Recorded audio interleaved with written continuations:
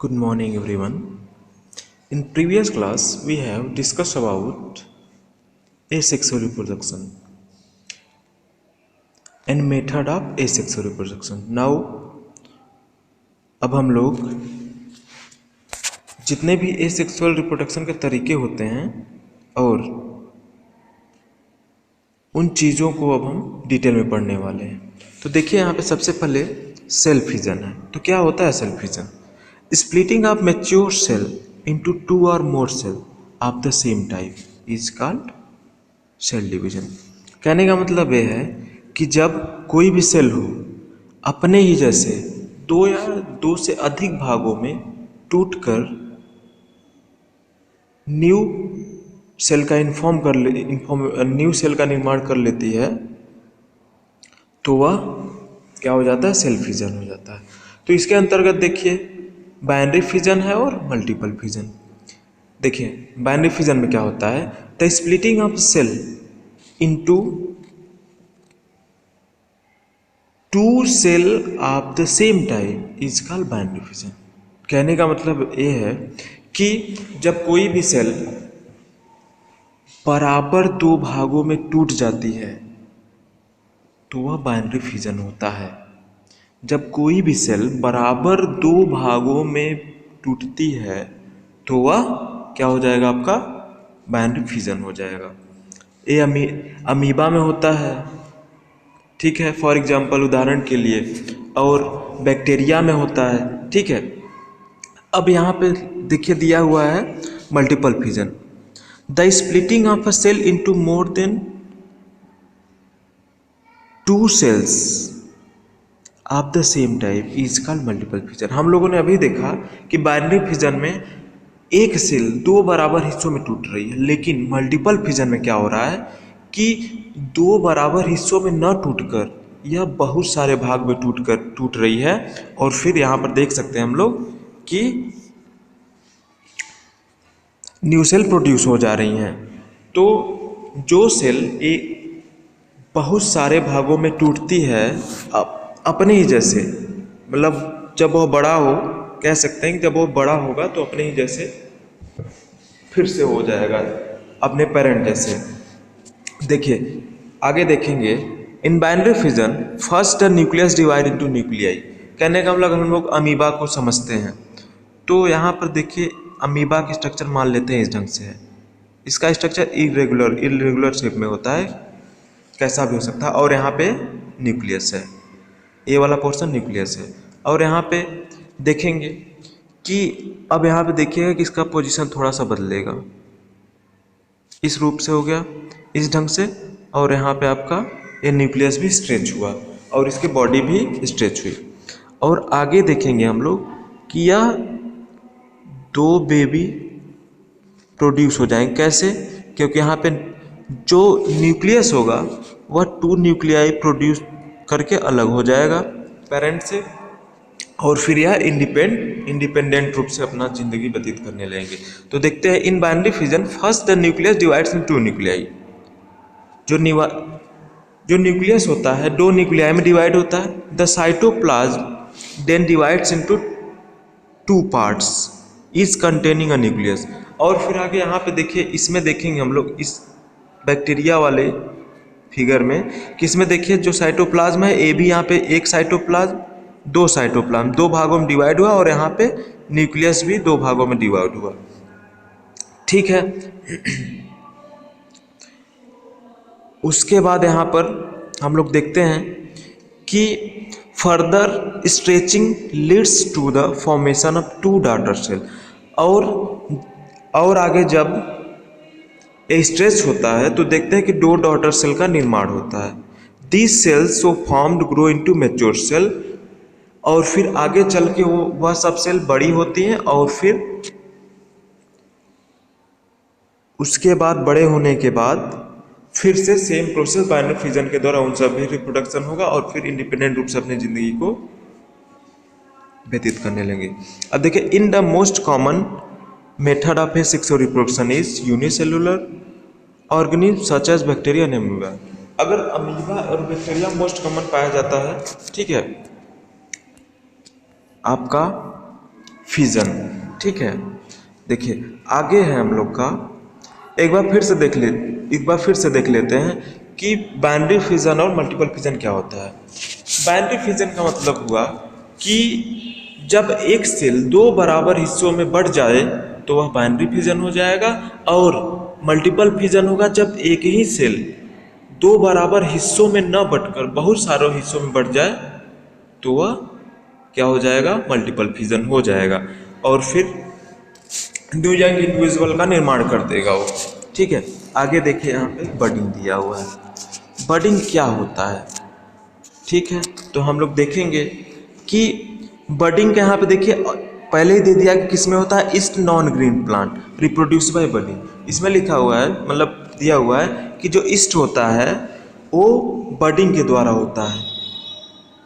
कोई पूछे कि बडिंग किस में होता है तो आप लोग तुरंत बता देंगे कि बडिंग में होता है। कैसे होता है पढ़ेंगे। A bulb like projection formed on the body of the organism is known as the बड।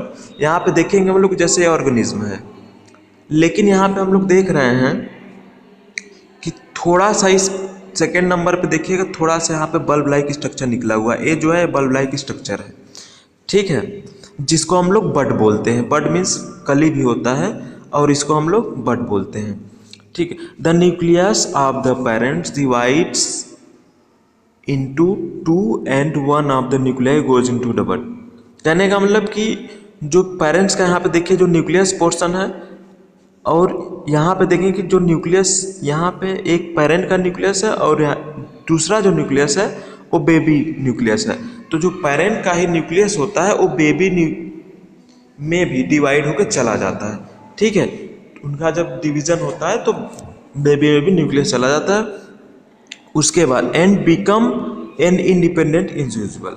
और फिर उसके बाद ये सब क्या होते हैं, पेरेंट्स की बॉडी से, यहाँ से देखिए पेरेंट्स की बॉडी से डी अटैच्ड हो जाते हैं, मतलब पेरेंट्स की बॉडी से निकल जाते हैं, किनारे हो जाते हैं, टूट जाते हैं, और फिर अपना इंडिपेंडेंट रूप से अलग हो जाते हैं। देखिए reproduction in yeast by budding is shown in blue. यहाँ पे देखिए अभी जैसे कि मैंने समझाया, यहाँ पे आपका उदाहरण भी, एग्जाम्पल भी दिया हुआ है। ठीक है, अब देखते हैं स्पोर फॉर्मेशन। स्पोर फॉर्मेशन क्या होता है, देखिए some bacteria and lower forms of life reproduce through spores. कुछ बैक्टीरिया और जो लोअर फॉर्म्स ऑफ लाइफ वाले ऑर्गेनिज्म होते हैं वो सब स्पोर्स के थ्रू रिप्रोडक्शन करते हैं। This is the most common of method of asexual reproduction in most of the fungi and bacteria. कहने का मतलब है कि यह बहुत ही कॉमन मेथड है एसेक्सुअल रिप्रोडक्शन का फंगी के लिए। फंगी मीन्स कवक होता है, ठीक है, और आपका बैक्टीरिया के लिए स्पोर फॉर्मेशन बहुत ही कॉमन मेथड होता है। ठीक है, देखिए अगर आप लोग फंगी मीन्स कवक होता है। फंगी अगर आप लोग नहीं देखा होगा तो आप देख सकते होंगे कि जब बरसात होती है तो लकड़ियों पे, कहीं कहीं गोबर पे भी अम्ब्रेला जैसा एक स्ट्रक्चर उभरता है, ठीक है, वाइट रंग का, ब्राउन रंग का, तो उसको हम लोग कुकुरमुत्ता बोलते हैं। ठीक है, वो आप लोग देख सकते हैं जो फंगी ना देखा हो। ठीक है, अपने घर के आसपास कहीं मिल जाएगा आपको बरसात के मौसम में। ठीक है, the spores is a small single cell reproductive body which is covered by a thick and hard protective coating. क्या देखते हैं हम लोग, कोई स्पोर्स क्या होता है, यहाँ पे जैसे हम लोग मान लेते हैं एक प्रोटेक्टिव कवरिंग है यहाँ पे, और इसके अंदर एक स्पोर्स है। ठीक, आगे देखते हैं। ठीक है, the protective layer help it to survive under unfavourable condition. ये जो प्रोटेक्टिव लेयर है ये अनफेवरेबल कंडीशन में इसको बचाती है। जो अंदर उसके स्पोर्स हैं उसको जो परिस्थितियाँ उसके अनुकूल नहीं होती हैं, प्रतिकूल होते हैं। कहने का मतलब कि जब स्थिति, जैसे कि वहाँ पे मान लेते हैं कि बहुत ज़्यादा धूप हो जाए, बहुत ज़्यादा टेम्परेचर हो जाए, लैक ऑफ फूड, भोजन ना मिल पाए, पानी ना मिल पाए, तो यहाँ पे जो प्रोटेक्टिव कवरिंग है, जो प्रोटेक्टिव कवर है, इसको बचाता है। और यहाँ पे हम लोग देख सकते हैं कि बहुत सारे, यहाँ पे एक सेल था, एक स्पोर था, और यहाँ पे बहुत सारे स्पोर हो गए इसमें। ठीक। अब आगे क्या होगा, आगे हम लोग देखेंगे कि जब when the condition become favourable, जब कंडीशन फेवरेबल होगा, the thick coating breaks open and spore generate to produce new plants. कहने का मतलब ये है कि जैसे आपका प्रोटेक्टिव कवर हो गया स्पोर्स का, और इसमें बहुत सारे स्पोर्स भरे हुए हैं, ठीक है। और जैसे ही फेवरेबल कंडीशन आया तो ये दीवार अपने आप टूट जाएगी। क्या हो जाएगी? टूट जाएगी, और सारे स्पोर्ट्स अंदर से बाहर हो जाएंगे, ठीक है। अंदर से बाहर हो जाएंगे। क्या हो जाएंगे? बाहर हो जाएंगे, ठीक है। अंदर से सब बाहर हो जाएंगे। देखते हैं कि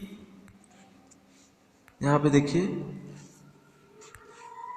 इसमें जो स्पोर्स भरे हुए हैं तो मान लीजिए स्पोर्स हैं, लेकिन इसको क्या बोलेंगे? इसको हम लोग बोलेंगे स्पोरेंजियम। क्या बोलेंगे? स्पोरेंजियम।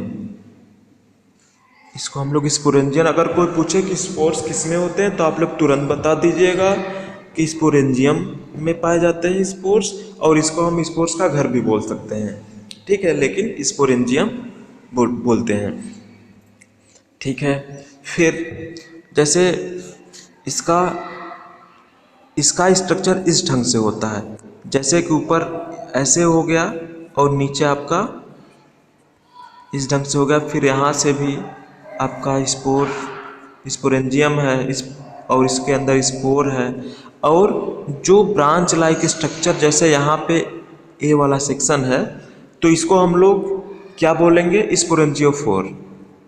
स्पोरेंजियोफोर बोलेंगे, जिसमें स्पोरेंजियम अटैच है, ब्रांच लाइक यहाँ पे देखिए स्ट्रक्चर है, वो क्या है?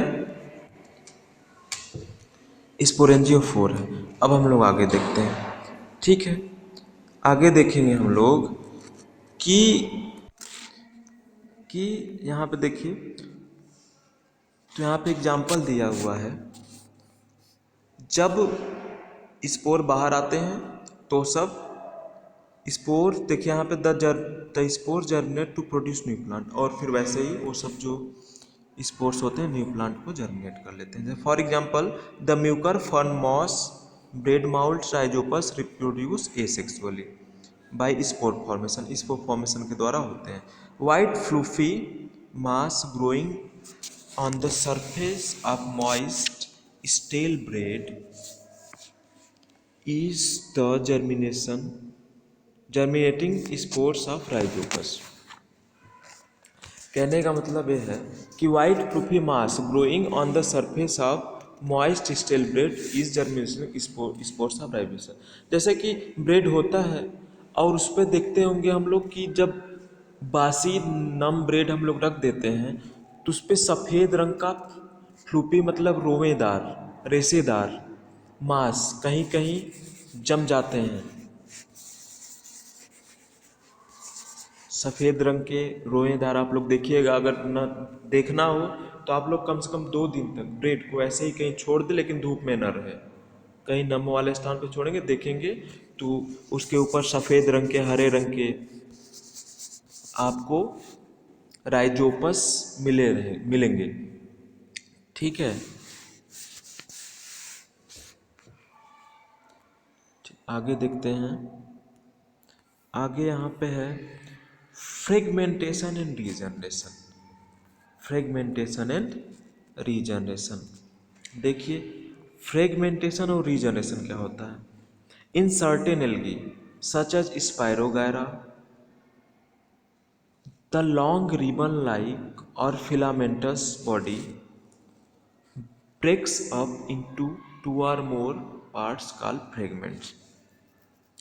कहने का मतलब है कि कुछ एल्गी में जैसे कि स्पायरोगायरा लॉन्ग रिबन लाइक और filamentous body breaks up into 2 or more parts called fragments. तो फ्रेगमेंट्स क्या होता है? देखिए, कुछ जो यहाँ पे देखिए, जो स्पायरोगायरा है, यहाँ पे एग्जाम्पल हम देख सकते हैं कि रिबन लाइक होता है, रिबन लाइक स्ट्रक्चर होता है इसमें। और यह क्या करता है, दो या दो से अधिक भागों में क्या होता है, विघटित हो जाता है। जब टूटता है तो उसको हम लोग फ्रेगमेंट्स बोलते हैं।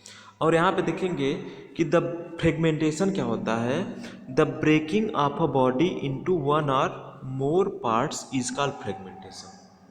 ठीक है, किसी भी बॉडी का दो या दो से भागों में टूट जाना क्या हो जाएगा, फ्रेगमेंटेशन हो जाएगा।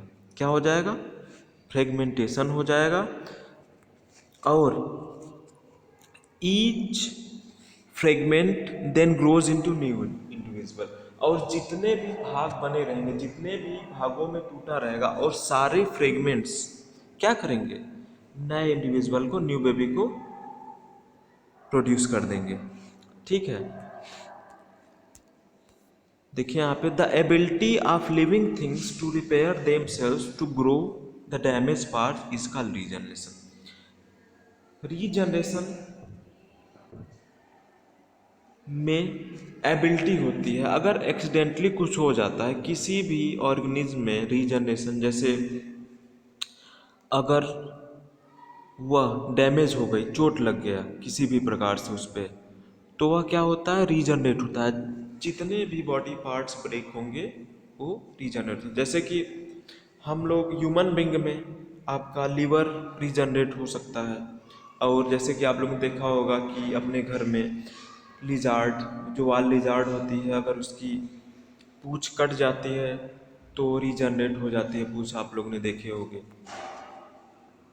ठीक है, तो अब आगे आता है हम लोग का वेजिटेटिव प्रोपागेशन। वेजिटेटिव प्रोपागेशन को हम लोग, लेकिन एक बार आप लोग फिर से समझ लीजिए, फ्रेगमेंटेशन और रीजनरेशन क्या होता है। ठीक है, देखिए फ्रेगमेंटेशन वह होता है जब कोई भी बॉडी हो टूट कर अपने बॉडी पार्ट्स को न्यू इंडिविजुअल को प्रोड्यूस कर दे, वो क्या हो जाएगा, आपका फ्रेगमेंटेशन हो जाएगा। ठीक, उसके बाद इसमें रीजनरेशन में छोटा सा डिफरेंस है कि यह इस मैकेनिज्म पे बेस है, इस मैकेनिज्म पे बेस है रीजनरेशन, कि जब उसमें डिस्टरबेंस होता है, कोई डैमेज आता है, तब वो अपने आप को रीजनरेट कर लेता है। ठीक है, अब देखिए यहाँ पे लास्ट में देखिए, for this type of reproduction the plant should have good power to regenerate. ठीक, अब आगे हम लोग आते हैं वेजिटेटिव प्रोपागेशन। वेजिटेटिव प्रोपागेशन को हम लोग कायिक प्रवर्धन बोलते हैं, अगर हम लोग हिंदी में पढ़ें तो इसको कायिक प्रवर्धन बोला जाता है। और reproduction from vegetative parts without the help of any reproductive organs is called vegetative propagation. कहने का मतलब ये है कि जब हम लोग